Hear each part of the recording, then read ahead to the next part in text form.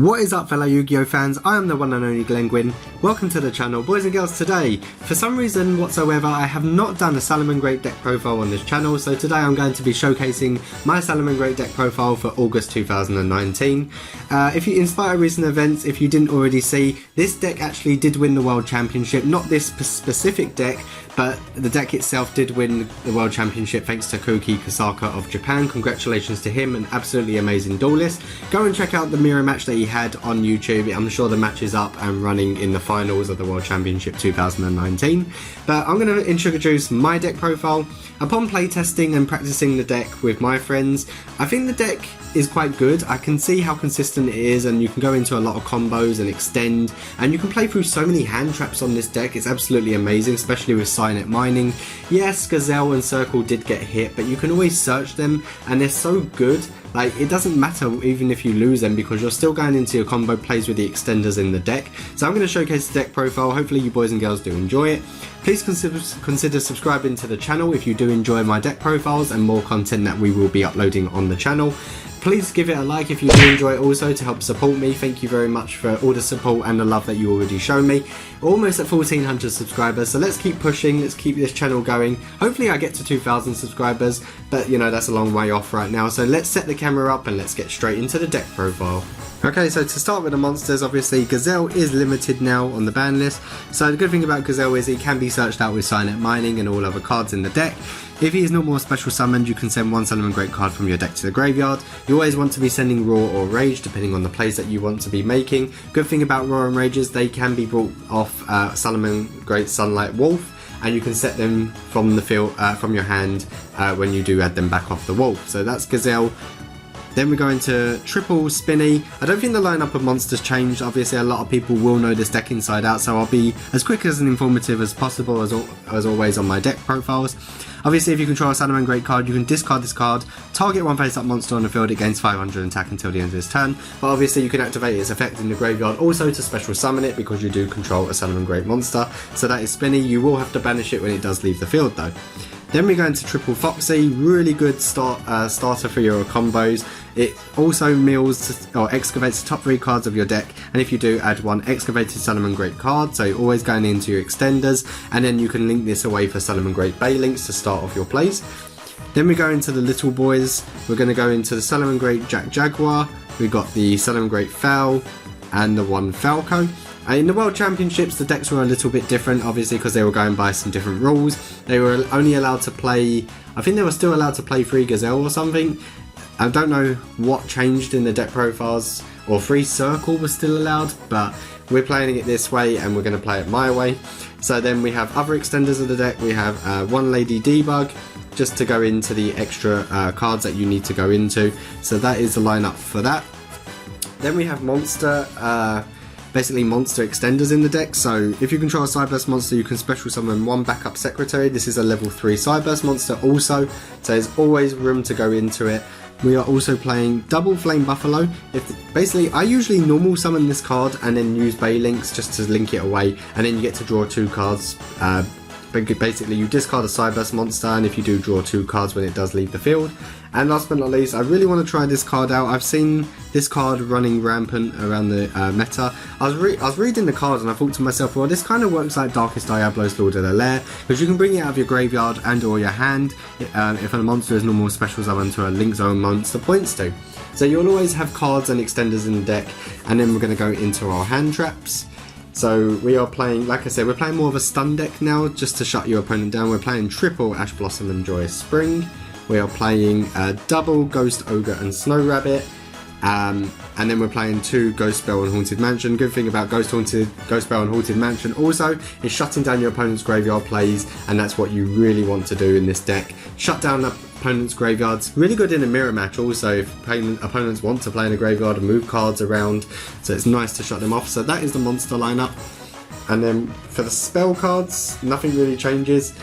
This is now you really actually have to play this card in the deck. This is mandatory in the deck. You have to play triple Signet Mining now. This card is very expensive, so please click off the video if you do not want to play this card. I see a lot of people playing Phantasme. I don't think you need Phantasme in the deck. As you can see in the World Championship deck list, Phantasme wasn't a play at all, so this is the only expensive card in the deck minus the hand traps that I'm playing and the infinite impermanences that will be at the end of the video. But Silent Mining really is a great kickstarter for the deck. It sends one card, you can send your Spinny, add your Gazelle, whatever card you need from your deck to your hand. Hopefully you don't get ashed, but you are playing Called by the Grave, so it doesn't really matter. The one Salamangreat Sanctuary to be added off of the Bay links when it is link summoned. The one Circle, unfortunately, rest in peace. It's very unlucky that Circle got hit, and you do get to add one Salamangreat monster from your deck to your hand. It is a great quick play spell, or you can target your link monsters, and basically your link monsters are unaffected by monster effects this turn. Really good card. Last but not least, for the Salamangreat spell cards, Will of the Salamangreat, fantastic card. You can special summon one Salamangreat monster from your hand or graveyard once per turn. All these effects are once per turn. You can send this face-up card from the field to the graveyard, then target one Salamangreat link monster you control that was link summoned using a monster with the same name as material. So you basically go into like YuGiOh or Salamangreat Sunlight Wolf off of the Sanctuary, and that's basically how you play this card. And special summon one Salamangreat monster from your hand and or graveyard in defense up to the number of the link monster's rating. So that's quite a good card. I really feel like Will of the Salamangreat needs to be played in this deck also. Then we need some draw power in the deck, of course, so we're playing two Pot of Desires. Fantastic card, really does get you into your draws when you need them. Really helps you delve deeper into your deck. Sometimes you do lose a few of the good cards, but that's why we're playing triple with some of them. Like, you'll never really lose Gazelle. I've not lost Gazelle yet on playtesting, so that's lucky for me. I'm only playing two Called by the Graves. The deck is quite tight, so I really wanted to just play two. I love my 2-2-2 ratios. A lot of people do side this card. You can side this out in case you want to side for something else or main deck something else, but I'm playing two Super Polymerization, especially when you're playing Blind Guy in second. It really does help and stops your opponent dead in their tracks, especially with Crusadia Guard Dragon running around. There's Mech Knight Crusadia running around. A lot of, you know, boards that you can stop your opponent with their link monsters, fusion monsters. So I really do feel like Super Poly is a great card. Your opponent cannot activate cards or effects in response to this activation, so they have no choice but to lose their monsters. So that is the spell cards, and then we're going to go into the trap cards. We are playing two Raw and one Rage. Now a lot of people do swap these around. I see people playing one Raw, two Rage. It's all up to personal preference at the end of the day on what you would like to play. I'd rather have the Negate and Destroy if I control a link monster, which I do most 90% of the time, which will be for the Raw. But for the Rage, you can also send one Salamangreat monster from your hand or face up on the field, then target one card on the field and destroy it. I don't like the word target as much usually, so I tend to just stick with the one Rage. And if you can target one Salamangreat link monster you control that was link summoned using a monster with the same name as material, destroy a card your opponent controls up to that monster's link, which is a fantastic effect, but if you need it, it's there if you really want to play it. And last but not least, for the trap cards, we are running double infinite impermanence. This is a turn 0 card. It doesn't matter if you're first or second. You get to activate this card for free if you get it in your starting hand. A lot of people are playing 3. Play 3 if you need to, but I only play the 2 just in case. My deck is really tight. I wanted to keep it, I think it's 41 cards. I wanted to keep it as low as possible, so that is why I am playing it like that.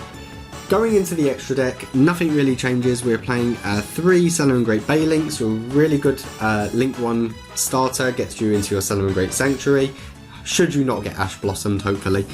Then we go into our Salamangreat Sunlight Wolf. You can go into this twice off of Sanctuary. Also, when you activate Sanctuary, you get rid of one wolf, bring out another wolf, and then you get to, because you used it, you can add one Salamangreat spell or trap from your graveyard to your hand, which is why I always said use Gazelle, use its effect when it's normal or special summoned, send Raw or Rage, whatever you need, go into Sunlight Wolf twice in the turn, and then you get to set that spell or trap. Then we're only playing 2 Heat Leos. I see a lot of people play 3. It's all up to personal preference on the extra deck. There's not really a right or wrong, as long as you're playing the right amount and consistence of Salamangreat's monsters. We're playing the 1 Nightmare Phoenix just for back row hate. We are not playing Heater, only because when I was playtesting earlier, I really needed a big boy, and I couldn't finish the game. Yes, I had Violet Chimera, then it got banished. Then there's certain plays where my opponent would just stop me dead in my tracks with certain cards. So I really needed a big boy, and I was spamming the board with so many monsters, but I just did not have the attack power in the end. And there is Heat Leo, there is Violet Chimera, like I said, but I needed a card like Mekk-Knight Crusader Avromax. This card is absolutely broken. Well, this Link Summon card is on the field, your opponent cannot target this card with card effects. Also, their monsters cannot target monsters for attacks except this card.